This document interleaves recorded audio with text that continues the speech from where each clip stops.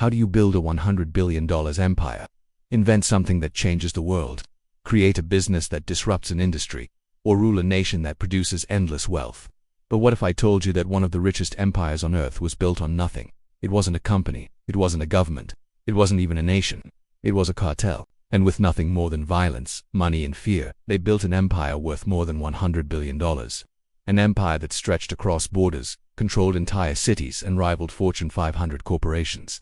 This is the story of the cartel that built a $100 billion empire.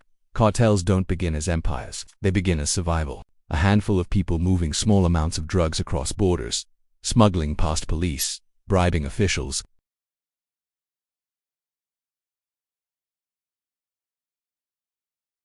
and every dollar bought more power, more weapons, more soldiers, more politicians willing to look the other way.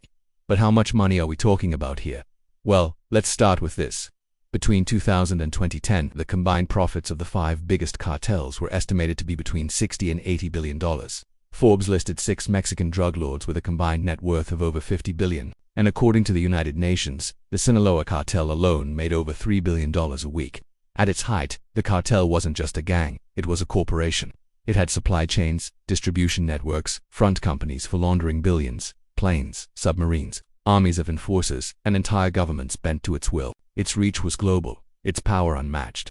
In the shadows, it moved more money than some countries produced in a decade. Its profits, bigger than the GDP of some countries. Building a $100 billion empire doesn't happen overnight.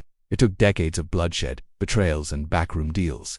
But the cartel wasn't just about money, it was about power. With that kind of money, you don't just buy guns. You buy power, you buy governments, you buy silence. And the cartel wielded that power like a weapon. Rival gangs were crushed, governments were toppled, entire communities lived in fear. If you went against the cartel, you didn't just lose the case, you lost your life. Journalists were silenced, officials assassinated, critics disappeared. The cartel ruled not through love or loyalty, but through terror. Governments did try to stop them. Billions were spent on raids, arrests, military operations. Kingpins were captured, locked away, paraded on the news. But the head of the snake cutting off the head didn't kill the empire. Because the cartel wasn't just one man, it was a network, a hydra with many heads. For every leader taken down, another was ready to step in. The money kept flowing. Billions laundered through banks, invested in real estate, hidden in offshore accounts. Each year, the empire grew, not just in wealth, but in influence. The cartel was a financial machine that churned out billions. How much exactly, we don't know. Much of the money is unfrozen, untracked, hidden in safe houses and secret accounts. But experts estimate that the cartel's peak earnings were around $100 billion a year, and then the machine started to crack. Safe houses were raided, fortunes seized, territories lost. The wars with rival cartels, the battles with the authorities took their toll, but the truth was clear. No matter how much the empire shrank, its reach was undeniable. The $100 billion cartel proved something terrifying. That with enough money, crime doesn't just break laws, it creates its own. It proved that violence and fear can be as powerful as armies, and that entire nations can be bent by money made in the shadows. Today, the cartel's power is fading.